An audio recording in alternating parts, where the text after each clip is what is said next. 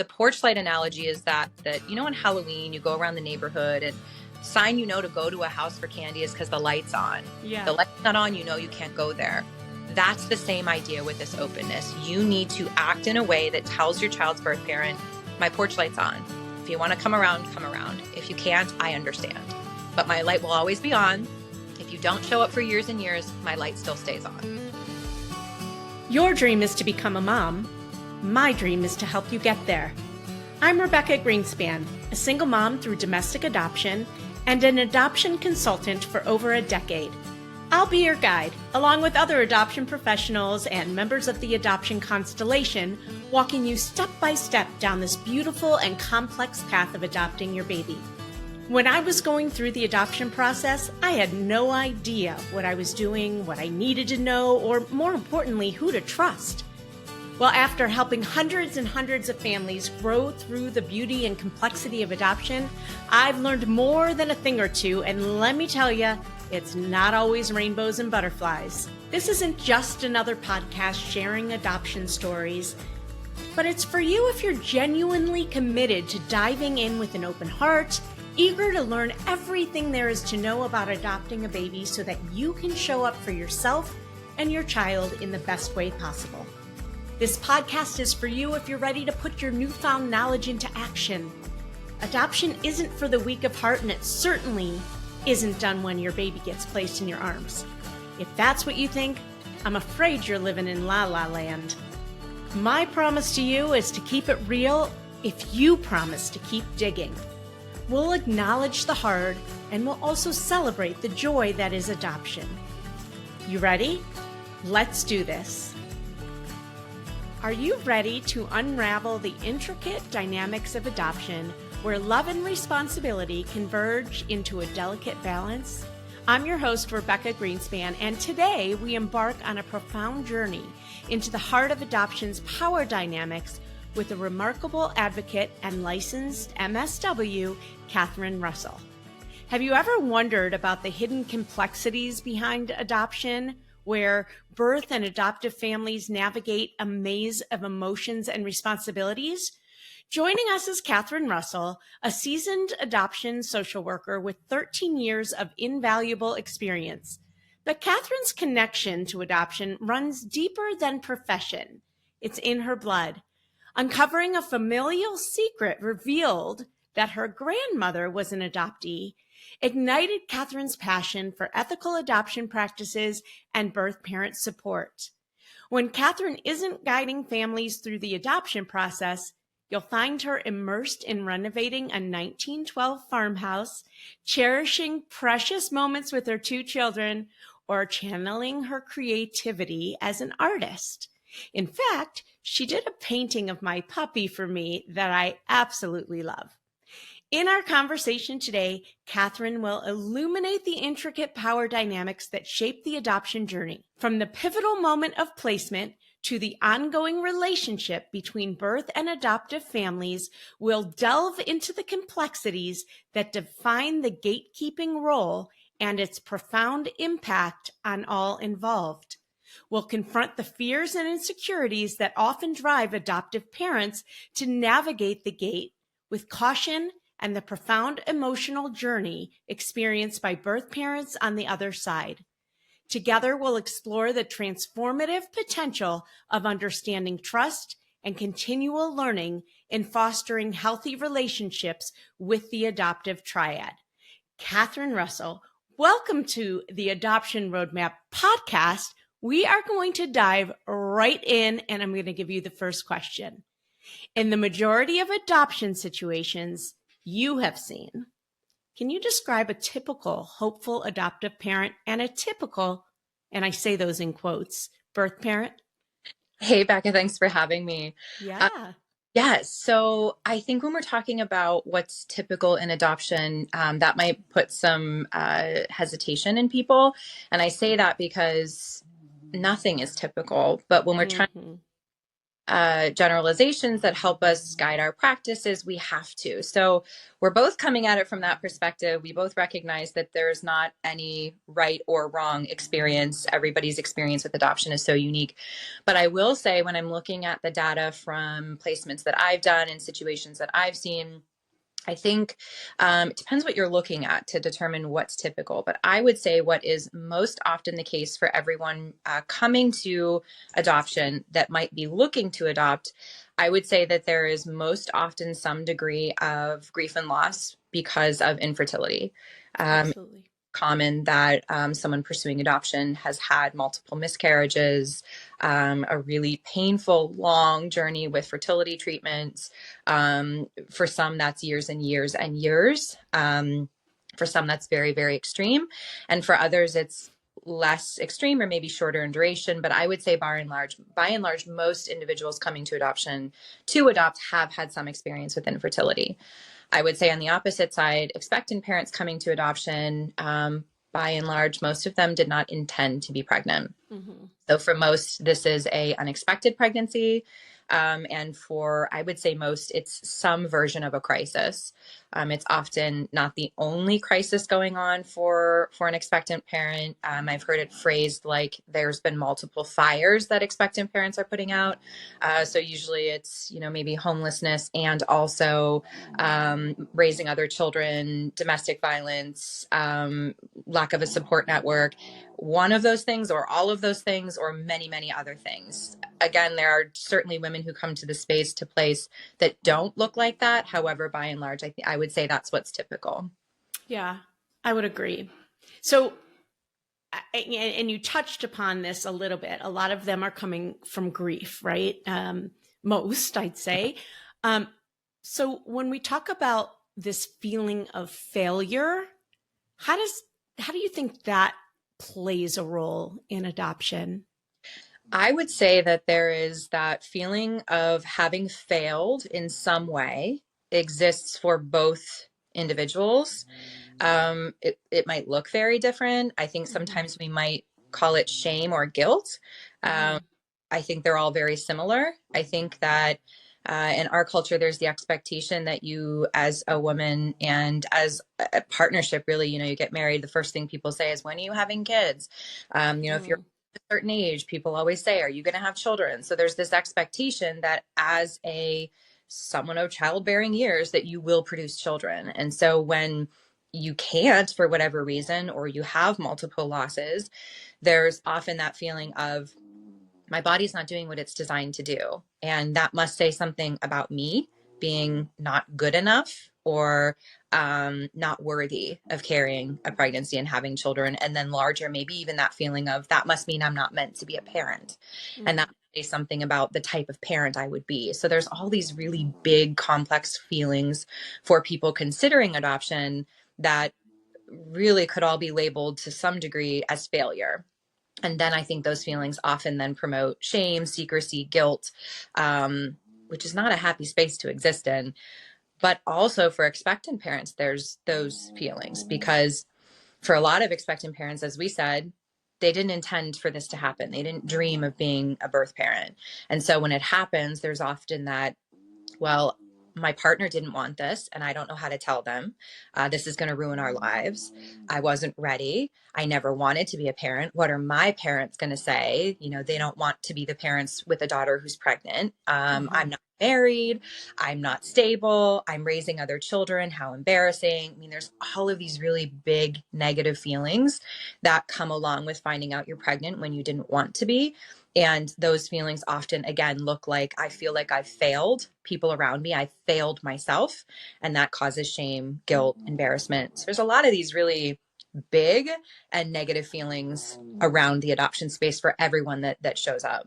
This really resonates with me because I often had that feeling that my body failed me. And it's hard to sit with. And even as you were speaking, like, I think I'm over all this stuff, right? I've grieved it all. And every once in a while it comes up. And so as I'm hearing you speak, even, I'm getting pings of, yeah, that feeling of failure just kind of creeps right back in. Yeah. And I think that's the So, note because you're many years past your experience. yeah. So for someone who's just entering the adoption space, those feelings are still very raw. I also think that they are not typically explored before entering adoption, which then certainly complicates what we're going to talk about with the power dynamics. Yeah, and we'll jump right in. I do want to say that if anyone hears snoring in the background, that's Kathryn's little dog Zeus. But we welcome it. So just think of it as white noise behind us. That's what it feels like for me. I love it. So, okay, so let's get into this power dynamic, right? Walk me through the power dynamics of a typical adoption journey, like a broad overview. Yeah. So when we're talking about power in relation to adoption, it's big. It's a big idea and it shows up in a ton of different ways as the process. Yeah. I think to look at it simplistically, power is currency. And all of us use Mm. to define relationships, to figure out what our responsibilities might be, what our roles might be. And if you think about any relationship you have, somebody has more power in one space versus another. And that's how you get that push and pull that makes a healthy relationship. It's not a bad thing. It can be if it's not equal or if it's dysfunctional, but by and large, power is not a negative thing. It's essential as part of human relationship. So of course, in adoption, we're going to see that as well.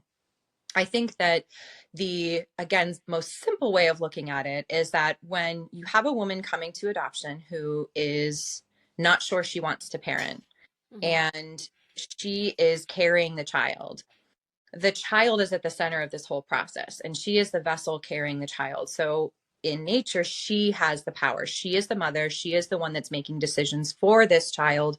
It's her body. So that is that's the core of what power looks like.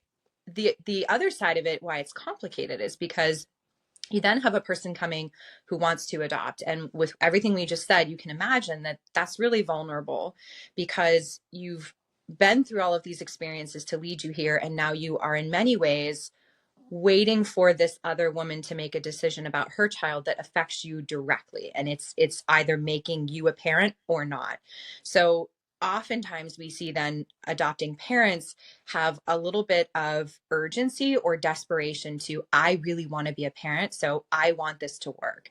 So you have these really nuanced situations that kind of collide and have to figure out how to dance so that everyone's getting their needs met, everyone's being respectful of one another, but it's not easy. It's very complex. One little move by one party disrupts the entire balance of the relationship. It's very sensitive. And everyone's aware of that, whether they talk about it or they are cognitively aware of it or not. The way people act around adoption in this power dynamic, people, again, it's nature, right? It's human nature that we know we have this power dynamics. We're doing it whether we know it or not. And so that's what we see when we're talking about power in adoption relationships. Well, and I think it even goes deeper, right? And I'm going to ask you for some examples in a minute, but um, when I think of power, it's not just, well, between the birth parent and the adoptive parent, but then you have the agency and the entity who is letting this all happen or legally making it happen, and they're holding a power too. And so what that looks like for me is families being too afraid to ask a question that might rub this person in power who holds all the cards in their hands, on the one hand, Mm-hmm. will they take it away from me or not?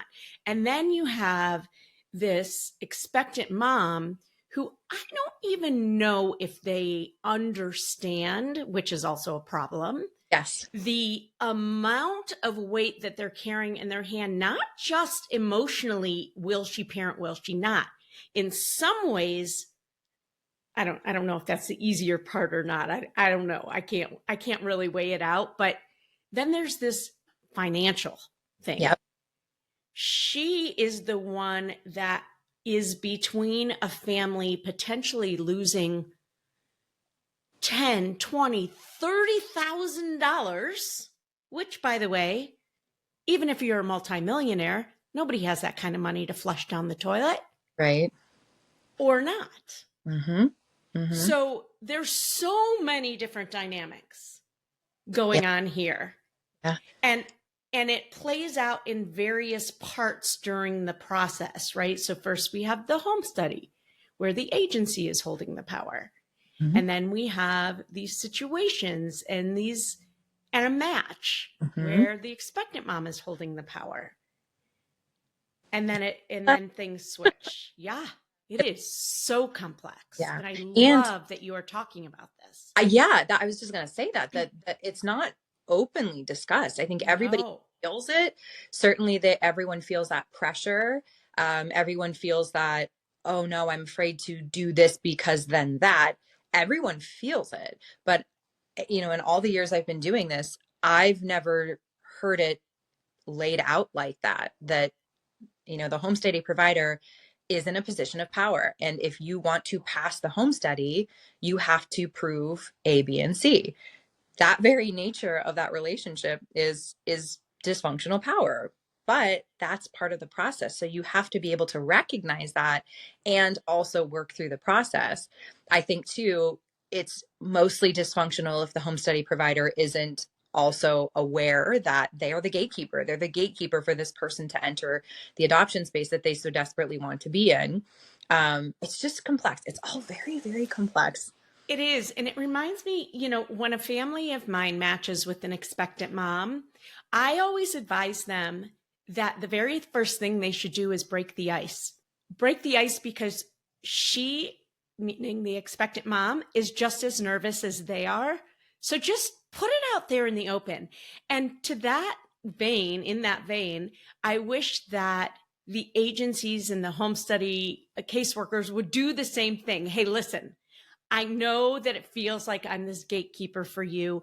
I am not. I want you to know you can ask me anything or if something doesn't feel right, but that doesn't happen, at least most of the time. Agree. It also brought up to me, I know,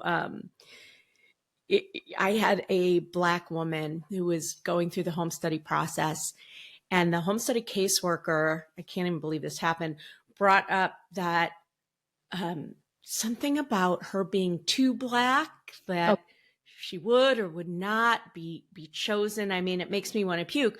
But of course, she is feeling so desperate and so vulnerable. She just has to sit and take it and do what he says because she's already so far through the process that how dare she even roll her eyes at him, right? And that is a perfect example right there of a power dynamic playing out in such a disgusting way. Yeah.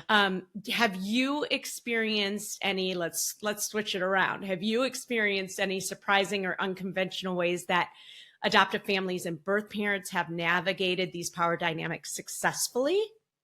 Yeah, I think exactly what you said, that calling out, this is what's going on, and we both feel it, really reduces the impact. And that goes for any big, awkward feeling. If you can say, I'm afraid of this, and voice it, so much of the power goes away. So I truly think that the best situations where families and birth families are able to maybe just lower the impact of the power dynamic, or maybe open it up so that they can work inside of that power dynamic, are those where typically a social worker is there to say, hey guys, this is awkward, or this is not typical. Neither of you have been through this before. Right. So okay if you feel weird, it's also okay if you feel pressure or uncomfortable, but let's talk about it so that we can reduce that.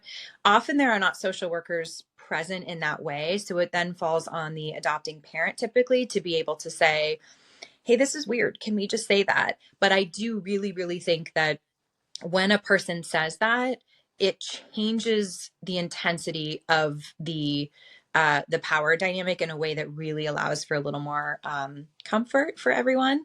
So I would say the best situations are those where families have been vulnerable. They've been not afraid of saying the awkward things. And I think they've done it in empathetic ways. I think empathy in this space goes a really long way. I think recognizing the things we're talking about here, that both parties in this adoption equation are feeling very similar things, maybe for different reasons, but really similar things. Both are afraid, both are concerned they're going to be rejected. Mm-hmm. Both are concerned that they're not good enough. They've already felt they've failed someone in their life. And so if you can recognize that you both are coming here from similar paths, that there's a way to say, I see a lot of me in you, and there's a lot of you and me. And so we can find space to connect in that place. I think that also changes how the entire experience goes, and the amount of just struggle, conflict, disequilibrium. I love that. I see a lot in me and in you. Before we go on, we're going to take a quick break, but don't go away. We still have so much to talk about. The Adoption Roadmap podcast is sponsored by the Adoption Roadmap Academy, the only online program of its kind for hopeful adoptive parents like you who want step-by-step guidance, preparing for your home study, creating a compelling adoption profile book, choosing the right agencies, and more so that you can bring your baby home sooner. As an adoption consultant and adoptive mom who's been where you are, I'm going to guide you step by step through everything you need to know about the domestic infant adoption journey from home study to finalization. And the great part is you get to do it at your own pace with a supportive community behind you. The Adoption Roadmap Academy is a step-by-step guide to domestic infant adoption for hopeful individuals and families who are sick and tired of waiting forever. It's the first and only self-paced adoption consultant-led program that shows you exactly how to navigate the domestic adoption process from home study to finalization. With our proven 4-step adoption roadmap model, you're going to be able to save time you can't make up, hours and weeks and even months of tedious legwork and research are done for you. You're going to be able to go at your own pace. No matter what else is going on in life, nobody's going to be breathing down your throat. You are going to be able to gain and keep momentum because everything is going to be spoon-fed for you in exactly the way you need. You are going to possibly even save money by knowing how to vet situations and working with the right agencies. It could save you a lot of heartache. You are going to be able to access this course anytime, anywhere, and get expert guidance and support, not only by me, but also by an amazing community who know exactly what you are walking through. Here's what you can expect inside. You'll be getting streaming videos, worksheets, bonus resources, an adoption profile creation, agency contacts, live streams to connect with other people, and unending education, all using our 4-step proprietary adoption roadmap model. Plus, you'll be receiving a bonus mindset step that I highly recommend for everyone. So if you're interested in starting your adoption journey and ready to fast forward and simplify your domestic adoption process, please email the word academy to support@rgadoptionconsulting.com today, and we'll get you started. Even today, and my son is 12 and a half, I still feel that. Mm-hmm. And even though, you know, as we're talking, you would see me as being in the power seat, right? Mm-hmm. I still feel like I have to prove myself to my son's birth mom. So I often won't share the things that I'm struggling with because I want her to see me in a certain way. And I don't want to disappoint her. Mm-hmm. So mm-hmm. that it still plays out. Yeah. All these. And we're close. Yeah, exactly. Yeah.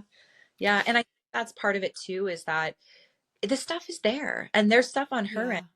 For lots of birth parents, even years later, in great open relationships, they say it's like walking on eggshells, because if she says or does something that you don't like or you don't agree with, you can just go away. And in many states, it's legal for you just to cut off contact for whatever reason.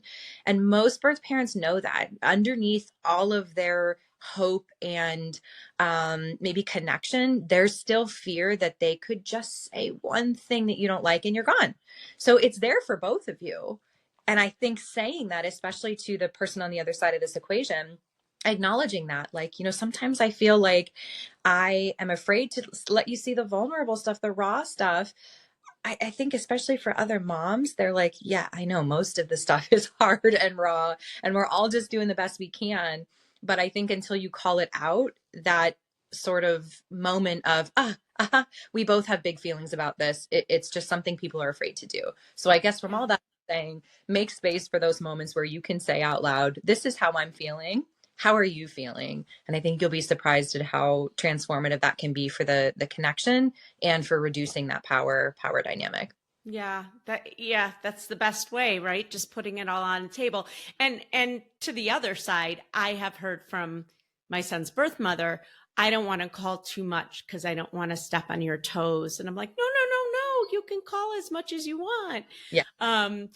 You had said something before about how to say things. So let's talk about language. Language is a huge thing in adoption, right? There are words that are really triggering, that are words that are ick and make you like cringe. And so how does that play into it? Talk to me a little bit about adoption language. Yeah. So I'll tell you something. Many moons ago, when I was working for a larger agency, they had this whole initiative about changing the language within their agency. And, many moons ago, I thought, why are we spending so much time talking about semantics? It's semantics. We're saying the same thing. Now I could just kick myself because there is such a difference in the word choose, because often the way you intend to send a message is not how it lands because of the word you've chosen. So it matters. It matters in all of life, but specifically in this space, it does. I think the biggest layer of language that I think is noteworthy and something people really want to be mindful of, and I think for people listening to your podcast who are thinking about adopting, just getting into it, the most common thing you're going to see is the difference between expectant parent and birth parent. And why does it matter? So an expectant parent is any person who's pregnant, any person who's going to have a child. They're a parent, they're a mother, they are considering adoption. They are exploring their options. Maybe they're even making an adoption plan. But that person is an expectant mom and the only mom until she signs consents that say, I'm relinquishing my rights to this person who will be adopting my child. At that moment, and no sooner, becomes that child's birth parent. I think there's also a lot of conversation about whether that individual wants to be called birth parent or something else, natural mother, first mother, whatever that person chooses. But for sake of this, we'll refer to her as birth parent. But there's a big difference. If you're calling a person a birth parent when you're seeking a match, for example, I see this a ton, someone asking, how do I find a birth parent I want to adopt? Good question, because nobody who's making an adoption plan is a birth parent. And if they are a birth parent, their child's already been adopted. So making sure that you're using the right language is huge. Here's another layer of this. If I say that you as a pregnant person are a birth parent, I'm claiming your child. I am making assumptions about the path that your child will be on and the choice that you will make that you've not made yet. That can be a huge turnoff for an expectant mom who feels like, and a lot of women are making plans simultaneously. They're trying to figure out, can I do this? What would it look like if I did this? And they're also figuring out, what will it look like if I placed my child? So when you're telling her birth parent, birth parent, birth parent, what you're telling her is that I own your child. I'm going to be the one adopting your child. So it's really important just to be mindful of that. There's also that layer of what that does to you. If you keep saying this birth parent, it makes your brain think this is my child. And then if this woman decides to parent, you've then complicated your feelings of entitlement over her child, because all along you've been telling your brain, this is my child, this is my child. There is science about that the more you tell your brain something, the more you believe it. So it's super important through the process to be mindful that a person who's pregnant, considering adoption, is an expectant parent. Once she places, she's a birth parent. I'm such a firm believer in what you say you believe. Yeah. I never thought of it in these terms. And you're so right. I think something else I hear a lot in this space is after placement, she's a birth parent. yes, she's placed her child, you're parenting her child. She's a birth mom. Uh-huh. But when you're talking about her and you're referencing her as our birth mom or my birth mom, she's not your birth mom. She's your child's birth mom. And so I think that also then makes this level of claiming ownership over a person that you can't claim. You can't own another human. So I think that's an important distinction to make. I also think that for people who are in this process listening today, that you're going to hear a lot of things that aren't good to say. Just because other people are saying them doesn't mean that you should as well. So really doing the education to figure out why something that's being said might not be appropriate or best practice is huge. Set the pace for other people. Something I found that if someone around you is using incorrect language, so let's say you and I are talking and you keep referencing this client as a birth parent and she's an expectant parent, I can just keep saying, yes, the expectant parent, right? So I'm re-saying it so that your brain is hearing the difference. Mm. Typically people then pick up on, oh, right, yeah, I guess I said the wrong thing. If they don't, absolutely saying, I just want to remind you that she's just an expectant parent is perfectly fine to do and appropriate to do. But yeah, those are, I think that's the biggest language conversation that I think the audience should probably be aware of. Yeah, I agree. First of all, there's so many examples of language, but I agree. I always take the opportunity to educate, and I'll tell them I'm not judging you. I just wanted to let you know. I just wanted to educate you a little bit, and here's why. Yeah. And they usually really appreciate it and say, "Oh, thank you so much." Yeah. I was trying to think of where the adoptee came into this with language. And when you come across somebody, which you inevitably will, who asks a question about your child's adoption to you while your child is standing next to you, right? It somehow makes your child's, power be underneath the person who's asking, like they are less than. Yep. So language and how you ask and who you ask, all of it is so, so important. Yeah. So this expectant mom, birth mom, she's not a birth mom until she signs. Let's move into now you are at the hospital and birth mom has just signed and you want to give her a little gift to say, wow, this is a big moment and I see you and I want to acknowledge you. I always suggest to my families to bring a gift for her after relinquishments are signed, not before. Before you could do like flowers or something. Yes. Yeah. And I think that's what? Something small and something small. Yeah. Like don't bring the whole trunk of your car in gifts. But I think when you're showing up at the hospital, just like I would appropriate. I'd bring you flowers or a coffee or some chocolate, just something to say, hey friend, hope that was okay for you. Birth is a hard experience, but yeah, don't go nuts. Don't go nuts.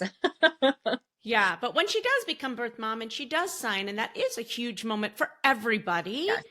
What are some of the best, most meaningful gifts that you have seen? Yeah. People give. Yeah, I vividly remember, and this was years ago, and I think this shows how impactful it was because I still can see this moment.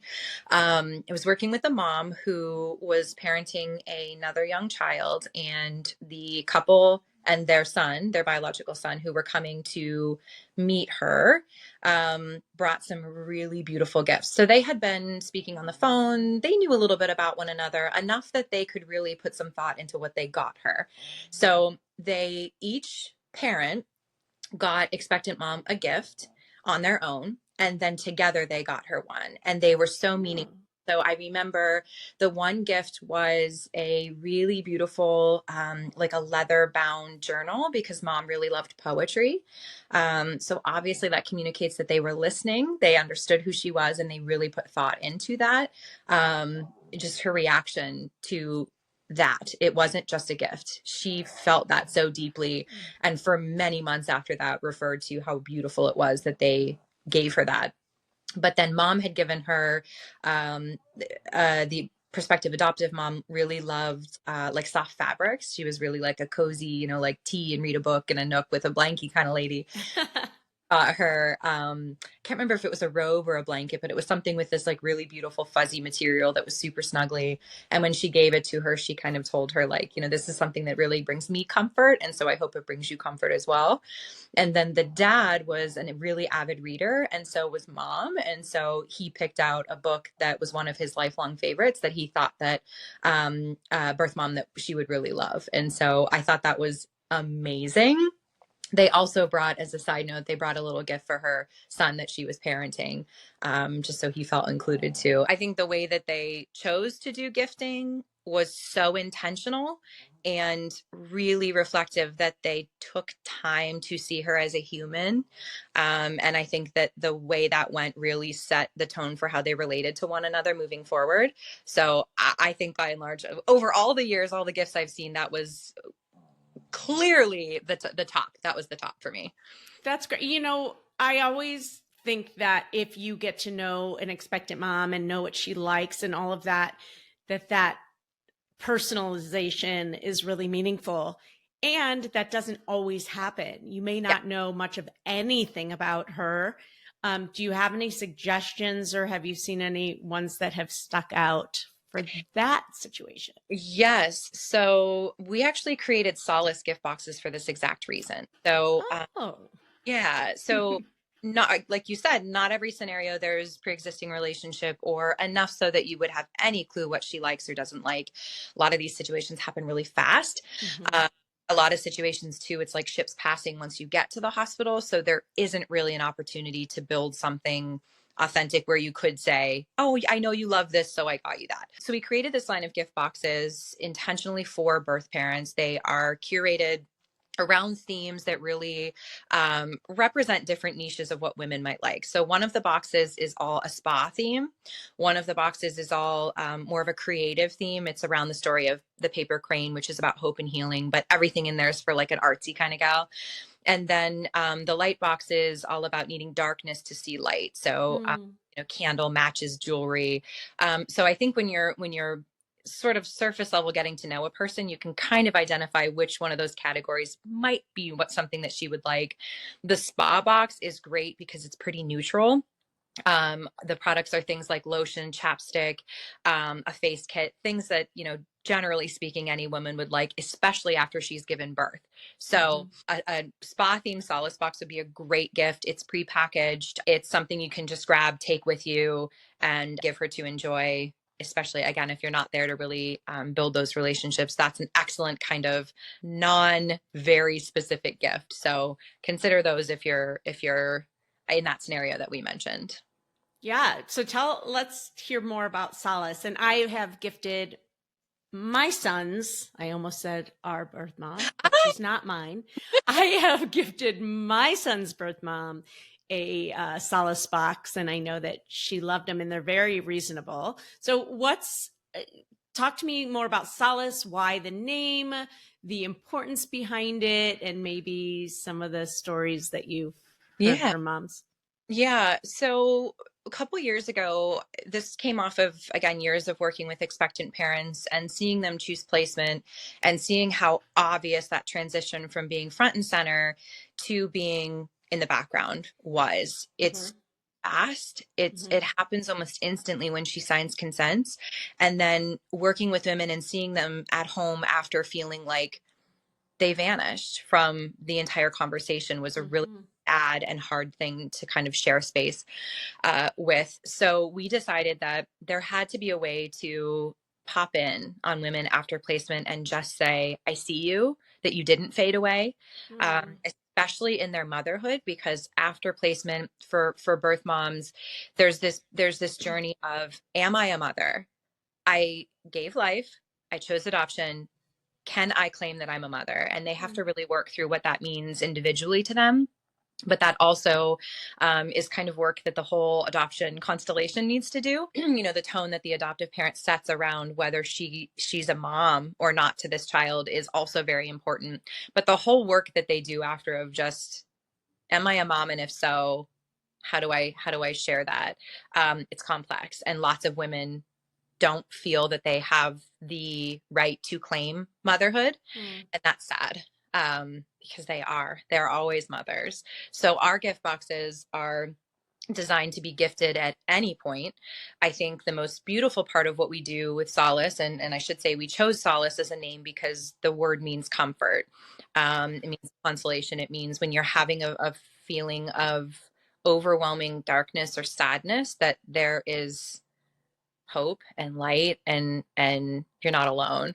So that's why we chose that word. The best part about what we do is that we're a nonprofit, and so we can accept donations, and what we do with those is distribute Solace boxes to women who are nominated on this public nomination form. And I remember one story specifically. A woman received a Solace box. She had no idea she was getting one.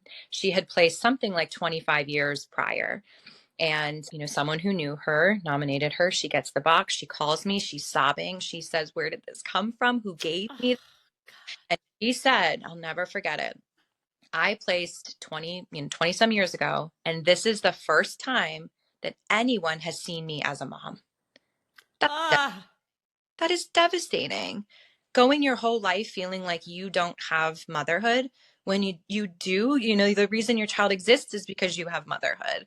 But that is not abnormal. I should say that, yes, that story is so moving and it literally makes me cry every time me I too. but that's not abnormal. That is the scenario that happens more often than not. So there's really this problem in adoption of this culture around birth parents and pushing them into the dark after placement. So Solace is a way to bring them back into the light. Yeah, that's a great. I actually love that story because I never really thought about that until now. My son's birth mother is a mother to other children right now. So she probably doesn't feel that. I mean, well, we have an open relationship. We call her mom, but maybe a mom who has other children might not feel that as much as a mom who never had other children or don't yet. Yeah. And so that's such an important thing. I know that you are going to give our listeners, if anyone wants a Solace box to gift, a little gift themselves. What do you? Yes, so we will leave a coupon code for 10% off in the show notes. So if you want to purchase a Solace box for somebody that you know or love, please use the code in the show notes to do that. And I think also be mindful that, again, donations, that's what allows us to see those women that we talked about. So if you're feeling generous and want to support the work that we do, on our website, absoluteloveadoptions.com, there is a donate button that you can help us continue to do this work. Awesome. Thank you so much. Yeah. I want to move now into the next kind of phase in this adoption journey, which is a name. Yes. Oh, I'm trying to think of the that quote about a name. There's like a what's in a name? What? What's in a name? Yeah, like what's in a name? Yeah. So naming a child, Yeah. that is such a deeply personal and emotional decision that has impact on everyone in the adoption triad, whether you know it or not, for years and years to come. Mm-hmm. Mm-hmm. And what an interesting power dynamic there. So talk to me a little bit more about the meaning of a name. Before we go on, we're going to take a quick break, but don't go away. We still have so much to talk about. Hey there, Adoption Roadmap fam. Are you ready to take the next step on your journey to parenthood? If so, head over to our website and take our quiz. It's called, Are You Ready to Adopt? It's not just about testing your knowledge. It's about making sure you're emotionally and practically prepared for the beautiful, complex journey of adoption. Let's make your dream of parenthood a reality. Go to rgadoptionconsulting.com and take the Are You Ready to Adopt quiz today. That's rgadoptionconsulting.com. The quiz is free, and it will let you know where you are in the process and if you're ready to jump into your adoption journey. Talk to me a little bit more about the meaning of a name. Yeah. So about a year, well, longer than a year ago, I'd say 2 or 3 years ago, I started working on building a course called A Tale of Two Mothers. And that's really where all of this work around power dynamics and how we nurture equilibrium. That's where that came from. And surprisingly to me, that work led to a lot of conversation around naming. For all of the years I've been doing this, this was not a topic that I ever heard talked about. And what started me on the path of figuring out, how do we have conversations about naming in a way that's productive and in a way that nurtures the child at the center of it, when it's so difficult because of all the power dynamics we talked about already. Mm-hmm. This conversation came about because I was in a training once, and it was another professional giving a training to a bunch of clients, and these were all people waiting to adopt. And one of them said, "What do you do about naming? How do you do this?"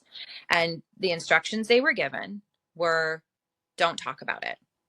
And my brain imploded because, as a social worker and as an adoption social worker, I thought, wait a minute, that no, just none of that, please. And so I really did a lot of work to figure out why naming was so important and what we could do to have conversations so that the child at the center felt that they were being named in a way that was reflective of the fact that they have two families and that they always will. I believe that for an adopted person, the family that they came from, their biological family, has set them on the path that they're on. That's how they got to be in the world, because they have a biological family.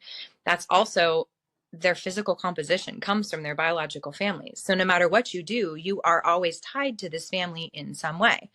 You are then raised by a person who adopts you, who nurtures you, who gives you all of the education you need about how to live in the world, helps you define your personality, helps you learn right from wrong.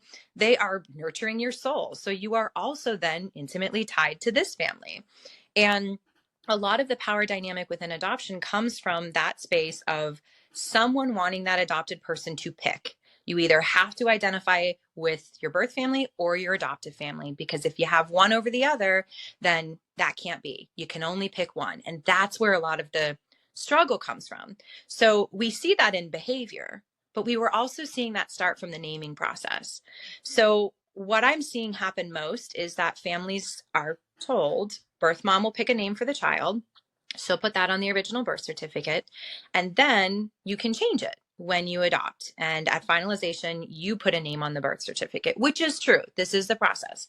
However, just because that's the legal process does not mean that that's what's right. So when we're talking about naming, I think the very reason we name is something that we have to think about. We name so that we can claim our children. We name so we can claim ownership into a tribe, into a community. There's a lot of implications for families, right? We share last names because we belong. You were named after your great great grandfather because that we're honoring history. Perhaps it's in some cultures. There's some cultures, they name children certain things based on the order that they were born in. Some it's their name describes the kind of day they were born on. Some have two names because they have the last name of their mother and their father. So culturally around the world, we do this. We use naming as a way to say we belong together. So in adoption, again, that adopted person at the center belongs to two families, and that's fine. It's okay. Accepting that and then giving the child the opportunity to have those two stories be one in name is so honest.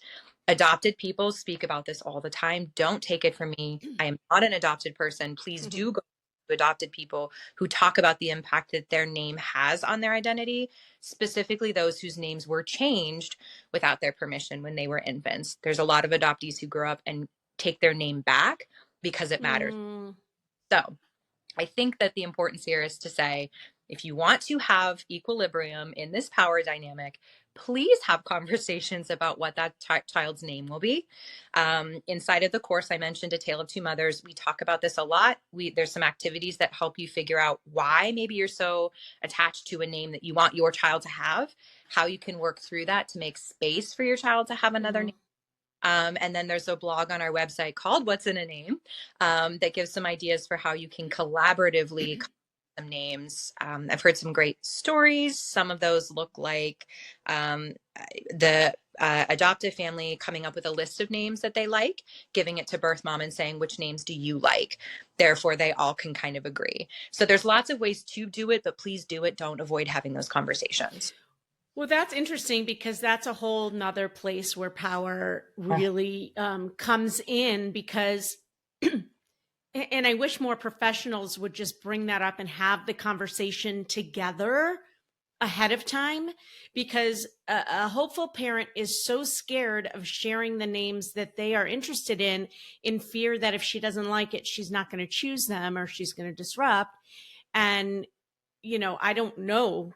I've never actually talked about how an expectant mom was feeling about that, but she's in the power seat at that moment, right? A story came to mind as you were talking, Becca. Mm-hmm. I think that the way expectant parents feel about the naming is so interesting because I've had expectant parents who have said, that's okay, I don't want a name. The adoptive family can do it. And then as they work through pregnancy, they say, never mind, I'm naming the child. And if they don't like it, they're not going to adopt my child. So I've seen that type of power shifts. I've also seen where birth parents have named the child. They've had a name the entire time they were pregnant. Maybe they didn't say anything. And then we get to placement and we realize that the name that they may have agreed on, birth family has a different feeling about that. There was one scenario in particular where they named their baby the whole time. We got to placement. They talked about it. And then they realized that the name that birth mom named her child was not the name she wanted them to retain. She wanted them to retain the middle name. So I was there, thankfully, to help support some of those conversations. And then now the name that she has is the name that they both kind of curated together. But it changes a lot. I think as pregnancy goes, it can change the day of, like that story I just said.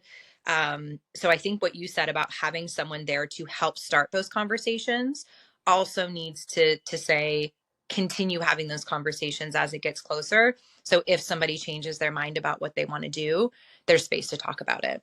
Yeah, and think about how beautiful it will be when your child gets older and you can say, your birth mom and I came up with your name together.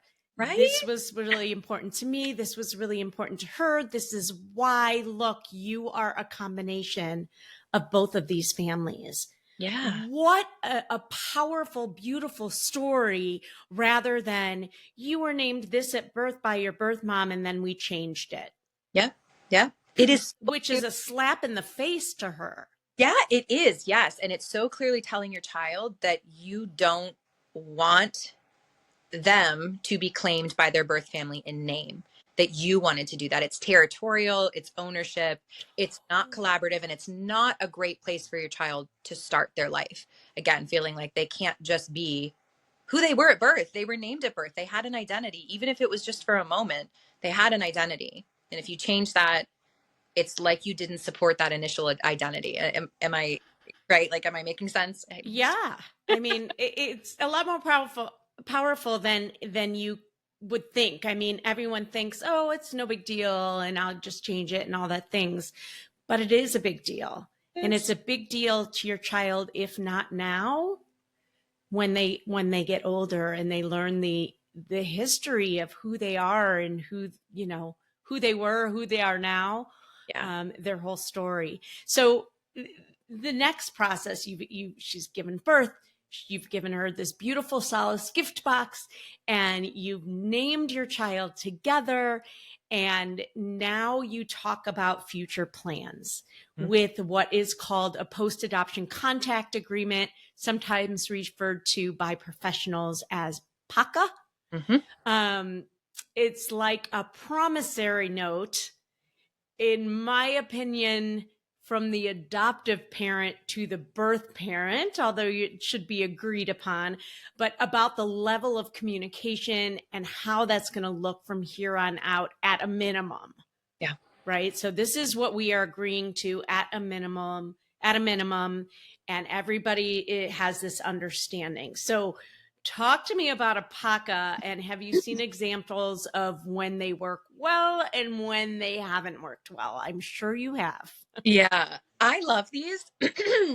I love the post-adoption contact agreements because without them, the birth parent has nothing. She has nothing to tell her this is what she will have in terms of access to her child. Verbal agreements are great, but it's very easy then to get home and say, well, what did they say? I think also then for birth parents to feel like they told me they would do this and they didn't. There's no way to verify that. Mm-hmm. So I think even in states where these agreements are not court enforceable, we should say that in some states they are. Pennsylvania is one of them. In many states, they are not. So that's where it becomes just like, I promise I'll do this, but it has no, it's not a guarantee. And birth parents know that. And this is a sticking point for a lot of birth parents who were given these and then the family did exactly not what was on that form. But I think what it does is it creates space where you have to have these conversations. What goes in these statements is, I agree to send you photos in this way, this often. I agree to schedule an annual visit around this time. This is where we'll do it. This is how we'll pay for it. So these things are outlined in your post-adoption contact agreement. So if they're in there, you've had to have these conversations about it. So I think in that way, they're super important to have. And whether it's direct with her or through the caseworker. Yes, absolutely. I think that there are options to say we're going to have contact through the caseworker, through the agency. And I think for some scenarios that's needed. There are scenarios where there's safety concerns. By and large, in private adoption, that's not the case. So when you're thinking about this, I urge you to very deeply consider whether you're putting up a boundary that is protecting your health of your family in terms of these are things that we can commit to. Yes, I can commit to an annual visit. No, I cannot commit to two. That's a boundary. A barrier would be, you can only talk to me in this way, and that's it. And there's no reason for it. It's just because you're afraid. You're afraid that if she has your phone number, she's going to stalk you and come take the baby out of your house. That doesn't happen. So we have to figure out when we're looking at these agreements, whether we're setting these boundaries inside this agreement because it's a boundary and we need it and it's good and healthy, or it's a barrier and we don't need it and it's coming because we're afraid. So working through that before you get to the post-adoption contact agreement is super important. And then making sure that in that agreement, you are only committing to things you know you can do. But it's the minimum. The expectation is you establish that I will do no less than this for you forever. But I also would love to see more grow. And if we decide 2 visits can happen, then great, let's do 2 visits.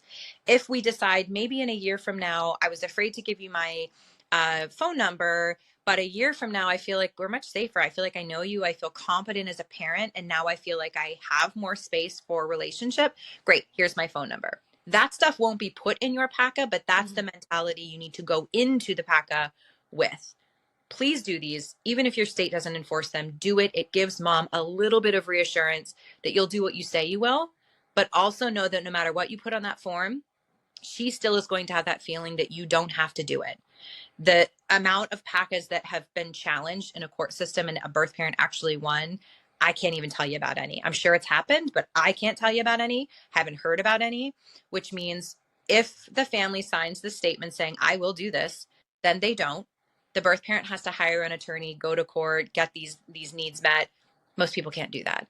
So for her, this paper it's an I promise you I will.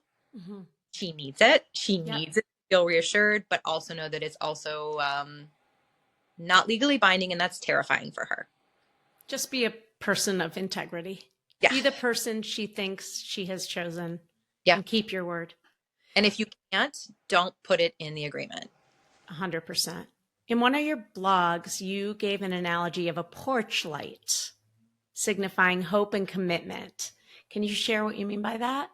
Yeah. So we talk about openness, and with these post agreements, I think this comes up perfectly. We talk about the idea that in every scenario, you can't have openness and relationship. That doesn't always work out. For some people, it's because they can't, the birth family can't do it for whatever reason, emotionally, mentally, physically, financially, whatever. They can't have openness. But the idea that the place that they are when they place their child for adoption is where they'll be forever is incorrect. And we have to make space that the person that we meet at placement has a whole life ahead of them and will change over the course of that life. And so will we. And the child at the center of this needs us to keep space open so that that person can be involved in their life in whatever way they can. Again, typically in private adoption, safety is not a huge concern. By and large, people choosing private adoption are not hurting their children, neglecting their children. They're not placing because they couldn't care for their child. We have to get past that to then be able to say, this person is typically someone who you can safely allow into your life. The porch light analogy is that on Halloween, you go around the neighborhood and sign to go to a house for candy is because the light's on. Yeah. The light's not on, you can't go there. That's the same idea with this openness. You need to act in a way that tells your child's birth parent, my porch light's on. If you want to come around, come around. If you can't, I understand. But my light will always be on. If you don't show up for years and years, my light still stays on. That's what I think the spirit of openness and the spirit of that post-adoption contact agreement, that's what I believe it is. I love that so much. What a beautiful analogy. Thank you for that. Yeah. I want to end with a tip or a strategy for adoptive families to maintain a healthy balance between the birth family and them and their child. Yeah. So I think we should say that the relationship at first, because we're talking about with an infant and typically in private adoption, the relationship is between adults at first. It's a relationship for the sake of a child, but it is between adults. At some point in your child's life, they will be taking over this relationship. So you're kind of the steward of this until they can and want to take it from you. So whatever you do prior to your child taking ownership of that really impacts the ease with which they can take over. And if you want your child to have ease in that space, you got to do the work to create a good, equal relationship beforehand. I think that we talked about before communication. Communication is so important. It is so important. Just because you said it once 5 years ago doesn't mean she still knows that. Mm-hmm. So if you're saying my porch light's on and you said it 5 years ago, maybe say it again this year. Mm-hmm. These are things that need to be reiterated. I think also that we really need to do the work before choosing adoption to work through our own stuff. And I think we all, amen, along the way, to figure out what's your stuff before you put it on the adoption relationship. So let's say your child one day calls his birth mom, and that triggers you. That makes you feel like, but I'm the mom, and you feel like you're really defensive. Take a moment to step back, hold that feeling, deal with whatever that day is, and then take time to come back to that and say, why did I feel that? Is that serving me? Is that serving my child? What can I do to work through that so that I'm not projecting that back onto the relationship? I honestly think if you can do that, the amount of extra stuff that your child ends up carrying, so much less, and it makes space for a healthy, equal relationship for them and their birth family, and ultimately for you. Statistics do say that open relationships are better and more fulfilling for adoptive parents. They make adoptive parents feel closer to their children than closed ones. So, interesting. Yes. Yeah. I think, I'd never thought of that. I think that's definitely true. Yeah. Wow. You have shed so much light. This is one of my favorite conversations, and a conversation I didn't even realize needed to be had until you brought it to me. And tell people a little bit more about your course, and how they can find that, which I will also post in the show notes. But if this resonates with you and you're like, oh my God, I need to know more, how can they do that? Yeah. So we require all of our home study families to take this course because I want this to be the first information that families get. I really think changing the way that a person feels about themselves in relation to adoption and in relation to parenthood is so important to understand before you then make space for adoption and another mom to come into your life forever. So we created this course, A Tale of Two Mothers. It's all about these power dynamics between birth and adoptive families. It's an online course, self-paced. It's $99. So you can go online at 2-mothers, www.absoluteloveadoptions.com. We'll put that in the notes.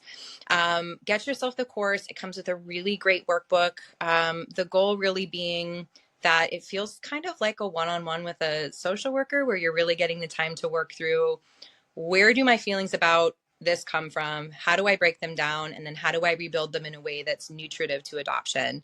And it's the data with our own clients who have taken this is massively optimistic. We're feeling really, really positive that we've figured out kind of the key to making space for really healthy adoptions in the long run. And I think a lot of this power struggle stuff we talked about, the frequency that it happens is so low when people take this course compared to clients that I had seen for, the 10 years prior. So this is awesome. I think, you're spot on. This is so important and so reasonable. I actually think, I know we're an affiliate because I believe in it so much. So I'll share my affiliate link in the notes.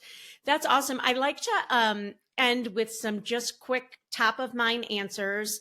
Who is a person that has been, or an organization that has really positively influenced who you are in adoption?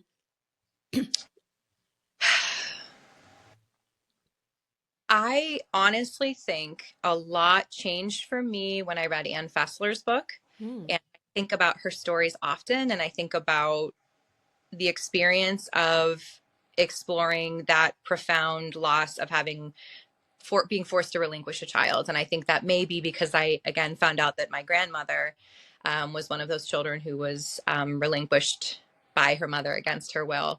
And that's really what Ann Fessler's book is about. And all of this work came after I read that. So I think Ann Fessler and her work has been really transformative for me. Do you know the name of the book? The Girls Who Went Away. Okay. In your opinion, what's the most important personality trait or strength that someone would need in order to work in adoption and be successful? To work in adoption. Yes. I think adoption makes you ride this massive roller coaster day to day. There's a lot of, oh, this is great, and oh, this is terrible over the course of the days. And that gets it kind of beats your soul down a little bit. And I think having that tenacity to say, after all of that, we're going to still keep trying. I think if you don't have that, you won't make it as an adoption professional in any way. Tenacity. Is there anything about your job or field of expertise that people disagree with you about? Oh, heck yeah. Like what? Give me one. Well, I mean, I think even naming, I've had people say, I very much disagree with you. I think that it's the adoptive parent's right to name their child, and professionals say that.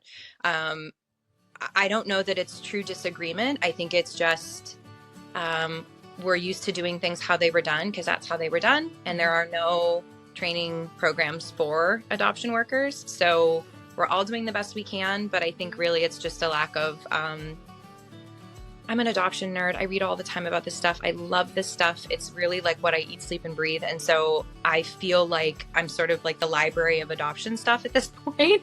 And I know that's not normal. I know that, people have lives and jobs, and that's probably not normal. So I like to think that perspective of disagreeing on some of this is just, we haven't gotten there yet. But yeah, I'd say a lot of the things I talk about, there's people who say she's nuts. New ideas, Describe adoption in 3 words. Families coming together. There you go. Families coming together and sharing resources. I love it. Kathryn Russell, thank you so much for being on the Adoption Roadmap podcast. If you liked what you heard, give us a great rating, sign up for Kathryn's courses, and join us again next time. Bye-bye. Bye. Well, I hope you enjoyed that episode of the Adoption Roadmap podcast. If you did, I have a few favors to ask of you. First, please hit subscribe so you never miss an episode. And while you're at it, I'd love to hear your takeaways. Please write a review and let me know what you liked. And if you have a question or a suggestion on what you'd like to hear, I'd love to hear that too. Please shoot me an email at support at rgadoptionconsulting.com and let me know what you'd like to hear about. And if you have a question, I may just answer it online. Thanks again for listening. Tune in every Wednesday and Friday morning for a brand new episode of the Adoption Roadmap podcast. Until next time, bye-bye.